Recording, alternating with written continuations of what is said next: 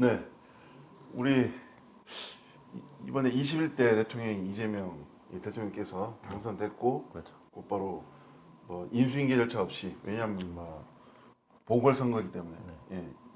조기 대선이라지만 솔직히 보궐선거잖아요. 네. 대통령 보궐선거거든요. 예, 그렇죠.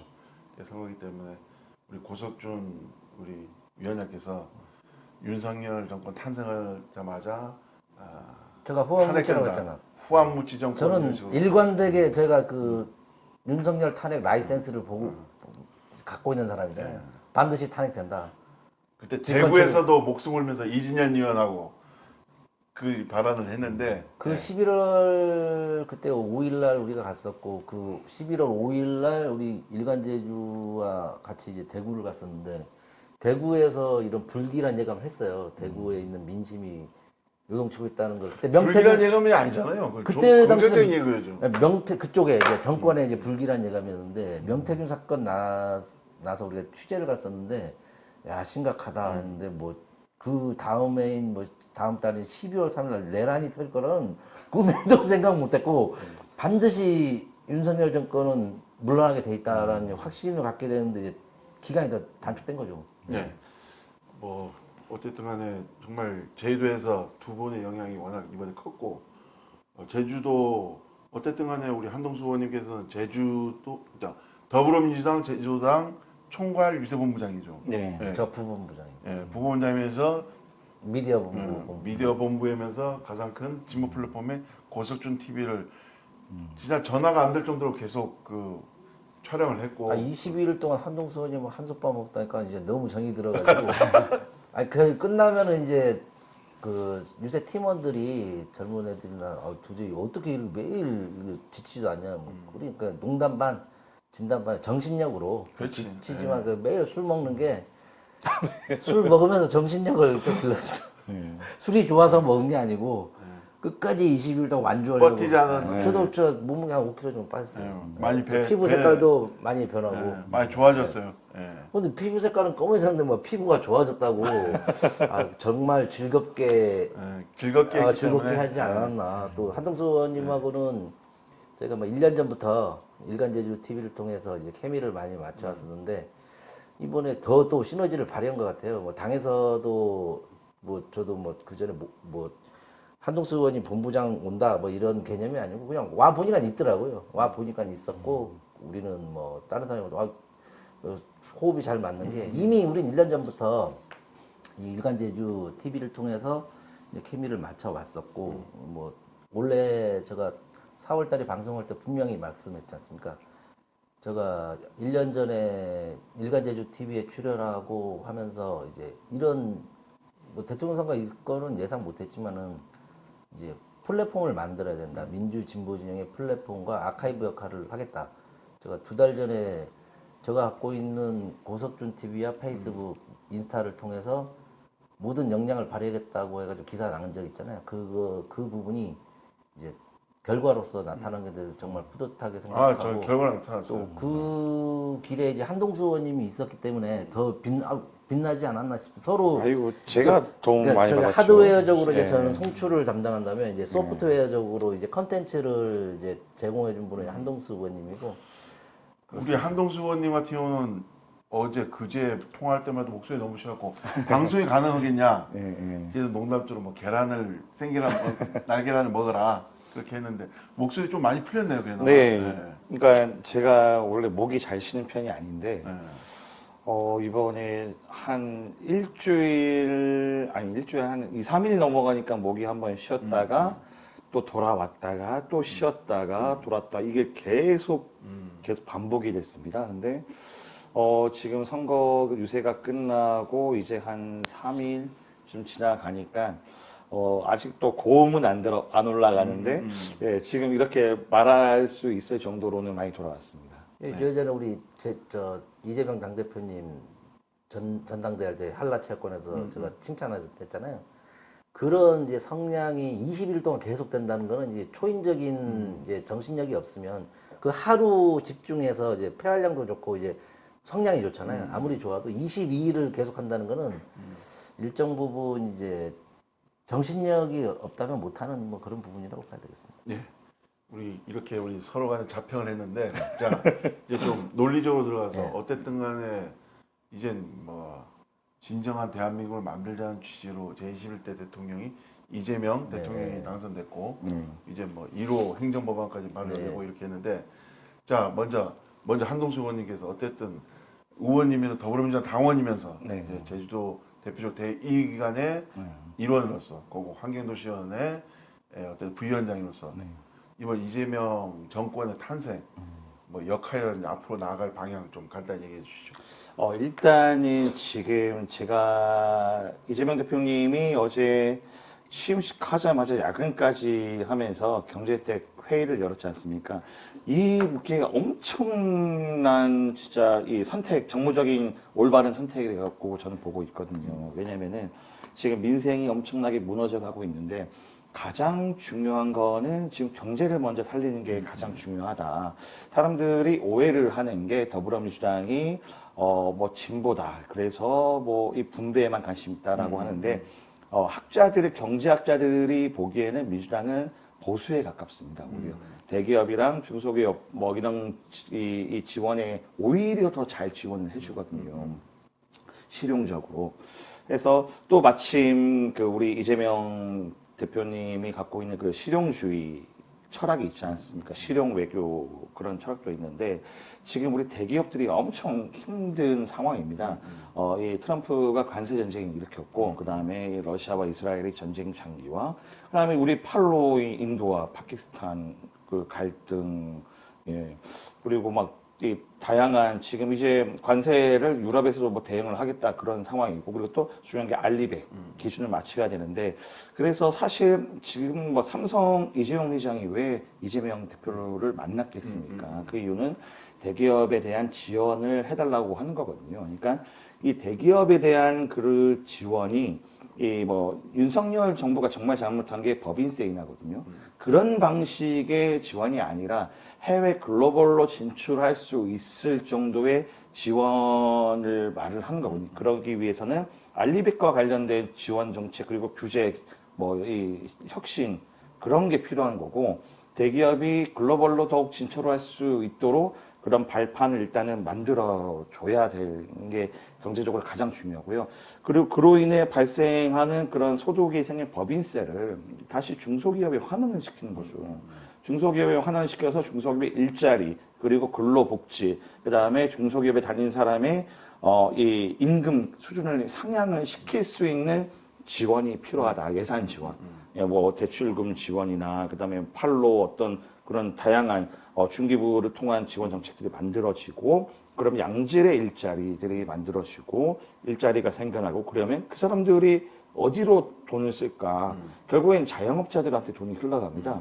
회식이 늘어나고 그다음에 돈이 생기면은 여행을 가고, 그리고 뭐 이 끝나면은 뭐 맥주 한 잔 마시고, 그럼 자영업자가 이렇게 살아나는, 이게 이재명 대표, 이제 대통령님이죠. 대통령님이 말하는 그런 순환 경제 체계인데, 이제는 이게 제대로 잡힐 수 있을 것이다. 그래서 가장 중요한 거는 이제 다시 한번 대한민국의 경제 활성화를 우리가 기대할 수 있지 않을까. 윤석열 정부가 지금 경제 성장률이 0%대입니다.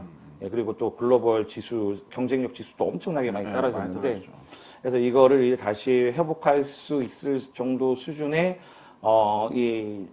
정책들과 그 다음에 추경을 통해서 예산 배분 정책이 아마 일어날 것이고, 또 제주도 입장에서 좋은 게 이재명 대통령이 중요한 게 실용 외교를 주장했습니다.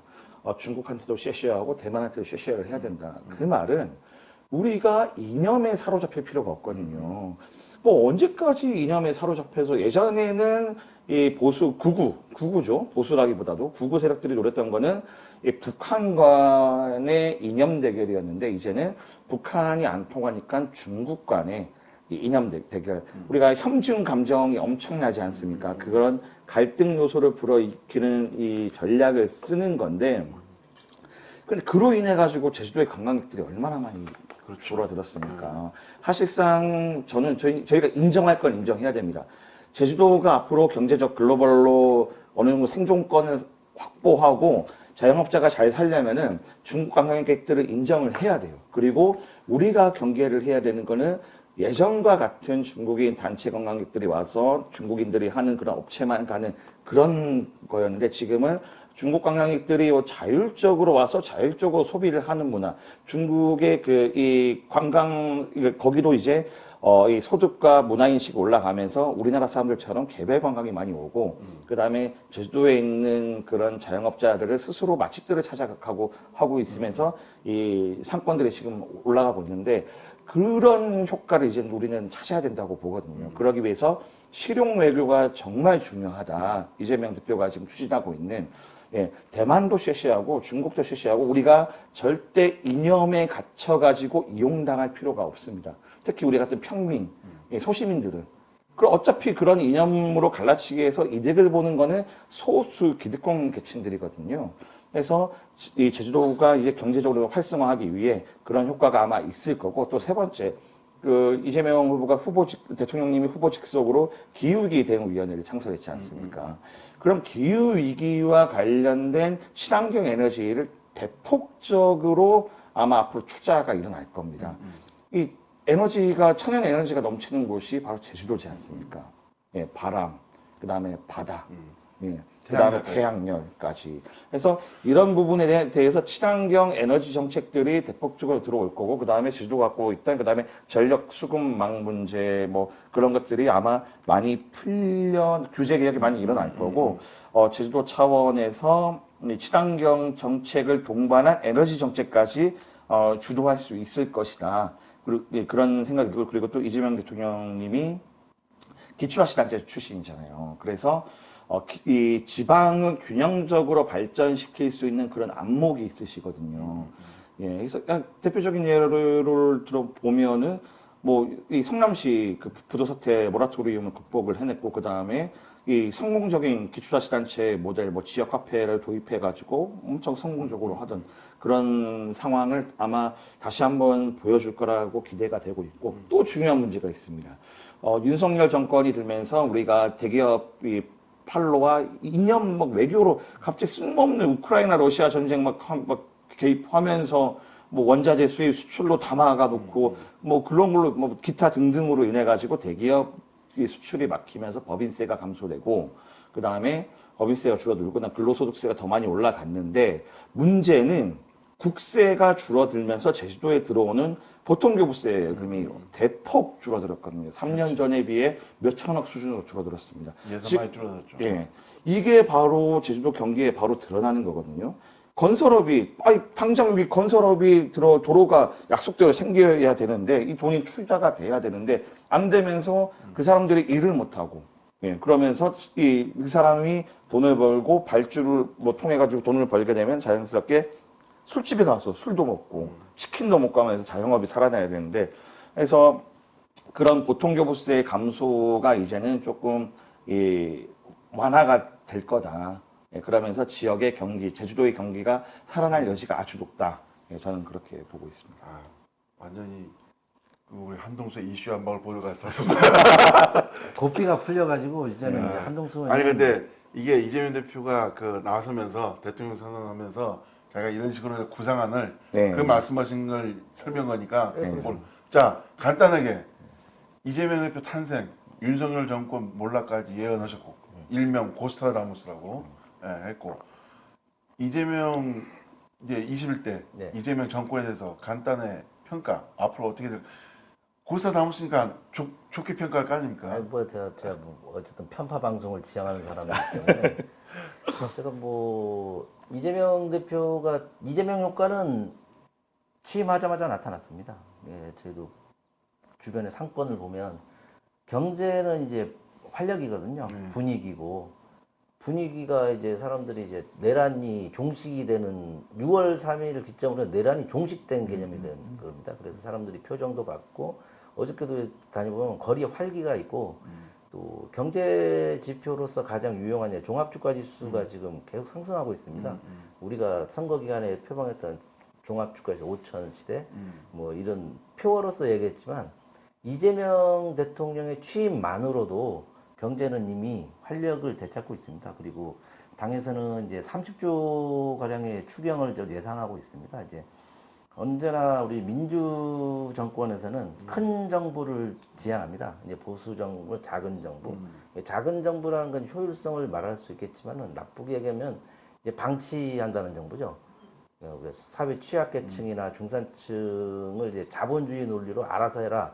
뭐 이런 부분이 이제 윤석열 정부였다면 아마 이제 이재명 국민주권 정부도 이제 민주당 정권이기 때문에 민주당 정권은 전통적으로 큰 정부를 지향합니다. 이제 문재인 정부 때도 있었지만 공공 차원에서의 이제 자본 투입이 상당히 많을 걸로 예상되고 이제 30조 가량의 이제 추경이 편성되면 이제 엄발의 오줌 눕기라도 이제 국민들에게 지원될 수 있는 지원금이라든지 이제 지역경제 활성화를 위한 지원금이 많이 올 것으로 예상하고 이제 작년에 우리 한동수 의원님 실수로 이제 기재부에서 보내줬던 돈 그런 건 예. 이재명 정부에서는 없을 겁니다. 당연합니다. 그 예. 실수로 보내준 그 이자도 톡톡했을 건데 정말 안타깝게도 이제 우리 이재명 정부에서는 실수로 그때 7천억이었나요? 그러니까 아니 그 윤석열 윤석열 정부 때 정부에서 교부세 잘못 보낸 거. 그러니까 사실상 잘못 보낸 거는 아니고요. 그러니까 그 총선을 염두에 두고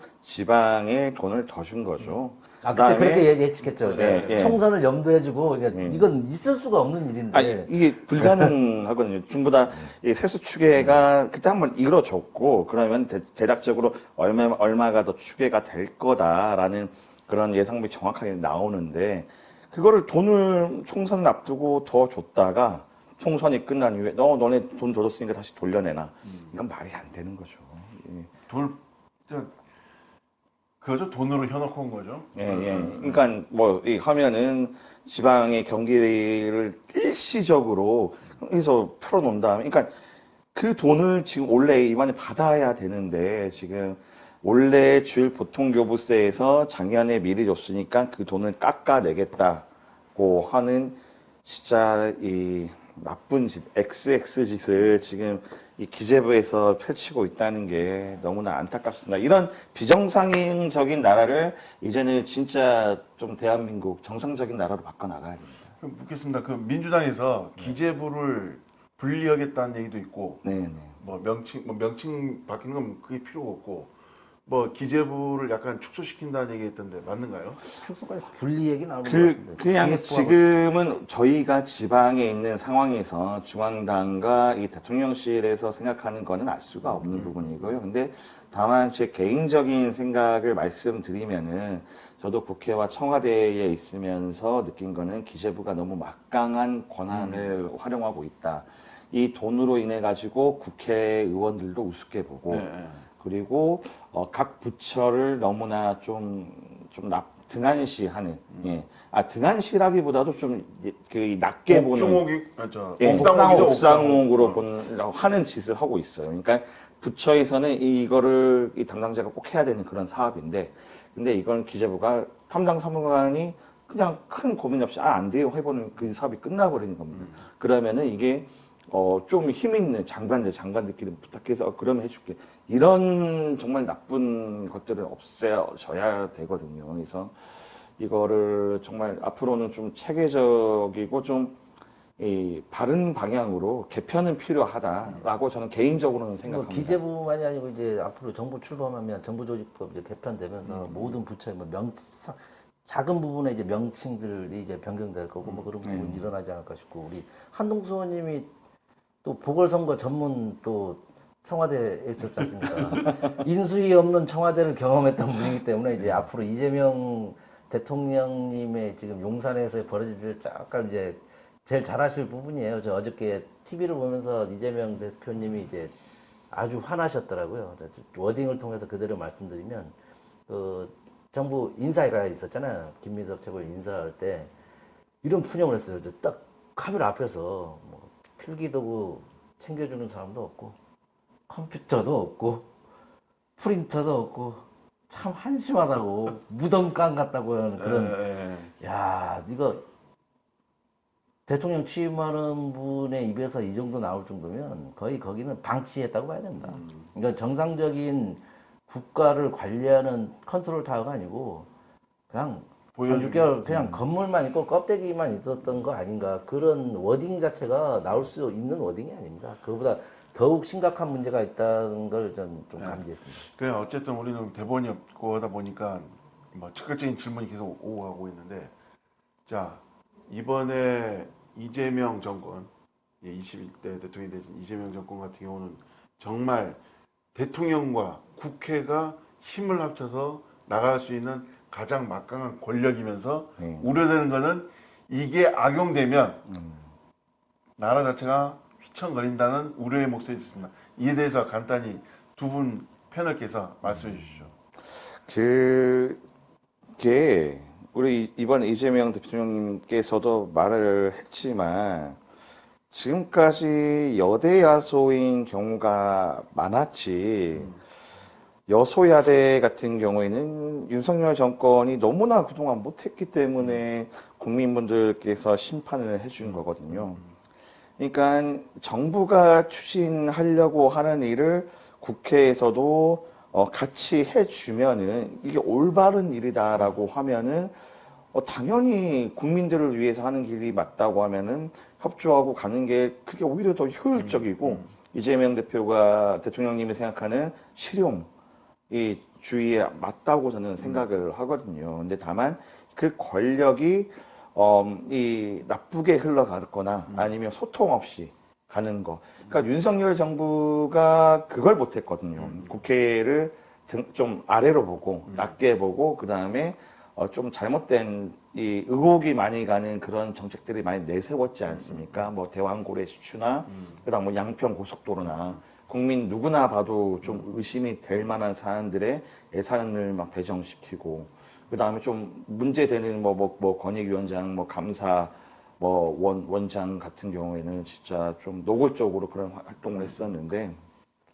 그래서 그런 식의 인사와 정책 그다음 예산 배분 그런 걸 안 한다고 하면은 정말 시너지 효과를 많이 발휘할 수 있을 거다. 그리고 국회도 그거에 대해서 당연히 뒤따라 줘야 된다고 저는 생각을 하고 있고, 근데 그거에 대한 전제 조건은 아까 말씀드렸다시피 이 대통령실과 이재명 대통령님이 당연히 잘하실 거지만 국민들을 생각하면서 앞으로 좀 이 상식적이고 국민들에게 이 와닿을 수 있는 그런 정책을 많이 펴가야만 된다. 근데 그게 만약 나중에 돼서 이게 무너져 버리면은 그 후에 이게 잘못된 권력이다라고 생각을 하실 거고 그거에 대한 심판은 뭐 내년 지방선거가 될 수도 있고 다음 총선이 될 수도 있고 그때 아마 이러시지 않을까. 뭐 이 대표적으로 부분에서 선거, 뭐 예. 덧붙이자면 이제 한동수 본부장님께서 유세 중에 그런 말씀 많이 하셨어요.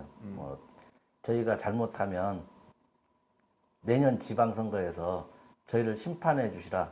뭐 관로하면 더 이제 뭐를 걸고 뭐 이런 말까지 하셨는 거는 뭐냐면 직을 걸고 그만큼- 사람들이 막 이상하게 직을 네. 걸고 그런 말씀은 저는 좀 이건 뭐 배수의 진을 친다고 하죠. 뭐 그런 얘기여서 저도 방송에서 아까 했는데 본인이 이제 또 말씀해 주시니까 그런 개념은 우리 양준 국장님께서 우려하는 거는 이제 독주를 독재식으로 가면 그쪽에 대한 왜냐하면 견제가 없다 보니까. 그건 프레임입니다. 프레임.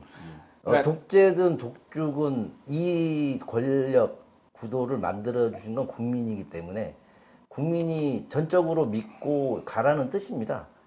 지난 총선의 결과를 받아들이지 못해서 내란이 일어났고 그 내란이 극복하는데 6개월이 걸렸습니다. 그 기간 동안 우리 사회가 겪을 사회적 비용은 어마어마했습니다. 그렇죠. 그럼 천문학적이죠. 뭐 수치적으로 얘기할 때 우리 한 의원님께서도 연설장에서 많은 얘기를 했어요. 이번 일로 인해서 국회 예산처에서 분석한 결과 뭐 4천만 900억 정도의 또 선거 비용이 발생하고 우리가 소위 말하는 내란 증후군이라고 하는 이제 국민들의 트라우마 그거는 상상할 수 없는 가치입니다. 그렇죠. 그런 부분이 있고 아까 말씀하신 부분 중에 무슨 독재니 이런 거는 언어 도단이라고 생각합니다. 그 국회 권력 또한 국민이 만들어 주셨고 행정 권력 또한 국민이 만들어 주신 뜻은 개혁적으로 밀고 가라는 뜻입니다. 밀고 가라는데 좌고우면에서 망한 적을 많이 봤잖아요. 우리 예전에 문재인 정권 때 의석을 많이 줬잖아요. 좌고우면하면은 안 됩니다. 전광석화와 같이 예를 들면은 이제 가장 취임 초기에 지지율이 높았던 대통령이 YS 대통령이었습니다. 그때 당시 뭐 80% 나왔거든요. 저는 이재명 대통령께서 그런 정광석화 같은 개혁을 추진했으면 하는 바람을 갖고 있는 옛날 사람입니다. 성남시장이나 경기도 예, 이 지사가 대목에서 YS 대통령이 IMF를 초래했지만 그분이 가장 잘한 게 하나회 청산이었지 않습니까? 취임 12일 만에 하나회를 청산했습니다. 금융실명제도. 금융실명제는 그 이후에 한 거고 가장 먼저 했던 게 하나회 척결이었습니다. 그게 12일 걸렸던 거는 정광석화였죠. 그때 당시 이제 우리 이재명 대통령께서도 이제 조만간 지지율이 나올 텐데 그 힘을 바탕으로 무슨 말씀을 하는지 알겠죠? 그래서 네. 제가 너무 과격한 발언 같아서 네. 사회대결에 대한 부분을 이제 정광석화와 같이 네. 예전에 성남시장 경기지사의 모습을 보여줬으면 하는 제 바람입니다. 저는. 그러니까 이제 앞으로 이 보수, 뭐 보수라고 하기 좀 그렇지만 구구랑 그다음에 뭐 지금 국민의힘 프레임은 똑같습니다. 무조건 독재 독재한다. 프레임으로 갈 거거든요. 근데 독주한다. 이거를 봐야 돼요. 그러니까 권력이라고 하는 거는 그 자체만으로 나쁜 게 아닙니다. 당연히 있을 수밖에 없는 존재고, 근데 그 권력을 국가와 국민을 위해서 쓴다. 나와 이 가치랑 이념은 그리고 생각은 달라도 국민을 위해서 쓰는 거는 그런 저는 정당한 권력이라고 생각을 하거든요. 근데 윤석열, 김건희처럼 사적으로 이걸 쓴다. 그러면 사적 권력이라고 해서 사적 권력이 되는 거죠. 이거는 나쁜 권력이고, 그래서 이런 게 독재죠. 그러니까 예를 들어서 이번 윤석열이 본인의 이 불법 비상계엄을 여러 가지 쉽게 그 종신집권 때문에 하는 건데, 뭐 예전에 뭐 이 박정희, 그 다음에 전두환, 그 시절을 독재 정권이라고 하지 그 이후에 있는 정권을 독재 정권이라고 표현을 하지 않지 않습니까? 그때도 우리 문재인 정부 때도 저기 그 국힘 의원들은 뭐 독재 타도 막 그런 말을 외치고 다녔거든요. 근데 이거를 사적인 권력 강화를 위해서 쓰기 위한 뭐 임기 연장, 그다음에 본인에 대한 뭐 이 혜택, 특혜 이런 거를 위해서 쓰는 게 독재지. 지금 우리가 하려고 하는 이 정당한 권력의 사용, 국민에게 주어진 힘을 쓰는 정당한 방법에 하는 거는 그건 독재가 아니다. 예, 우리가 그런 식으로 인식을 해야만 독재 프레임에서 벗어날 수 있다고 그리고 생각합니다. 국장님한테 제가 작년에 뭐 우리 민주당과 국민의힘이 틀린 거를 뭐라고 말씀했냐면 그 국민의힘은 권력을 사유화하는 거죠. 이 모든 일이 권력을 사유화해서 벌어지는 일입니다. 이재명 대통령께서 말씀했듯이 권력이라 하면 국민이 갖고 있는 것입니다. 이제 선출직 공직자 우리 한동수 의원님도 그랬지만 한동수 의원님도 이제 지방의회 의원이잖아요. 이제 권력 자체는 국민한테 있는 겁니다. 그 권력의 권한을 국민의 권한을 통해서 주는 건데 이 권한 행사에 이제 적정히 잘 하면 사유화하지 않고 국민을 위해서 쓴다면 우리 더불어민주당 이제 야사당을 통해서 이제 정권을 이제 획득했지 않습니까? 이 부분이 사유화하지 않는다면 뭐 남용이라기보다는 제도권 안에서 있는 입법권과 행정권을 국민이 부여해 준 거기 때문에 크게 문제되지 않는 범위 내에서는 상관없다 이렇게 생각하는데 오늘도 또 그 대법원 증언에 대해서 또 뭐 협치 안 한다 뭐 이런 부분 같은데 이게 모든 게 모든 이제 딴지 걸기식으로 될 것 같은데 이게 뭐 대법관은 이제 30명 정도 증언하는 내용인데 이게 뭐 우리나라만 하는 내용이 아니고 대부분 선진국에서 100명 있는 데도 있어요. 뭐 그런 나라도 있지만 이게 모든 게 또 이제 국민의힘이 야당하긴 더 좋지만 반대만 하면 되니까 그렇지만 한 번에 철퇴를 더 맞을 수 있다라고 경고드립니다. 네, 알겠습니다.